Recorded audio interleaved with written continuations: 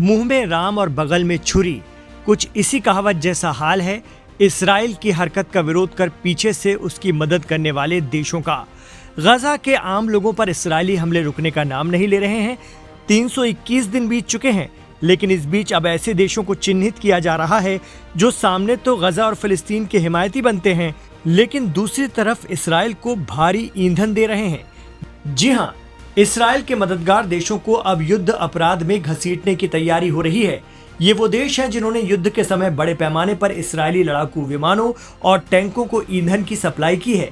गैर लाभकारी संगठन ऑयल चेंज इंटरनेशनल यानी OCI की एक स्टडी में पता चला है कि कई देशों द्वारा इसराइल को निर्बाध तेल आपूर्ति गजा में नरसंहार को बढ़ावा दे रही है।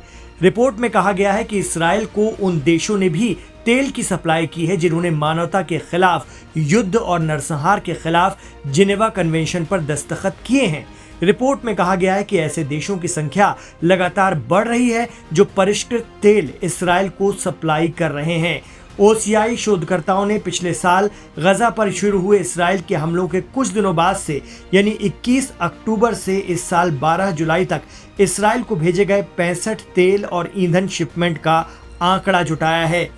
रिसर्च में पाया गया कि सामूहिक रूप से इन देशों ने गजा पर युद्ध शुरू होने के बाद से इसराइल को कुल 41 लाख टन कच्चे तेल की सप्लाई की है, जिनका इस्तेमाल इसराइल ने गजा पर हमलों के लिए फाइटर जेट, टैंक और सैन्य वाहनों समेत बुलडोजरों को चलाने के लिए किया है। इसलिए ये सभी देश इसराइल की तरह युद्ध अपराध के दोषी हैं। मिडिल ईस्ट आई की एक रिपोर्ट में कहा गया है कि इसराइल को भेजे गए 41 लाख टन तेल का आधा निर्यात जनवरी में अंतर्राष्ट्रीय न्यायालय ICJ के फैसले के बाद किया है। इसके अलावा अजरबैजान, इटली, अल्बानिया और ग्रीस ने भी ICJ के फैसले के बाद इसराइल को तेल की आपूर्ति की है। रिपोर्ट में चौंकाने वाली बात यह है कि अफ्रीकी देशों ने भी बढ़ चढ़कर इसराइल की तेल सप्लाई की है। अफ्रीकी देशों में गैबोन इसराइल को कच्चा तेल भेजने वाला प्रमुख देश है। इसके अलावा नाइजीरिया और कांगो ब्राजील से भी शिपमेंट पहुंचे हैं। ब्राजीलियन राष्ट्रपति लूला दी सिल्वा, जिन्होंने गजा में इसराइली हमलों की निंदा की थी, उनका देश भी इसराइल को तेल सप्लाई करता रहा है और गजा में नरसंहार को परोक्ष रूप से बढ़ावा देता रहा है। इसराइल को कुल तेल सप्लाई का 9% हिस्सा ब्राजील अकेले सप्लाई कर रहा है। पिछले अप्रैल में ब्राजील ने इसराइल को ऑयल टैंकर भेजे।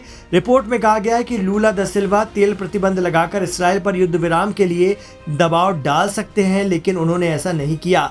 अब देखना होगा कि OCI की इस रिपोर्ट के बाद इसराइल को तेल भेजने वाले देशों का क्या रुख रहता है और आगे इन पर किस तरह की कार्रवाई अमल में आती है।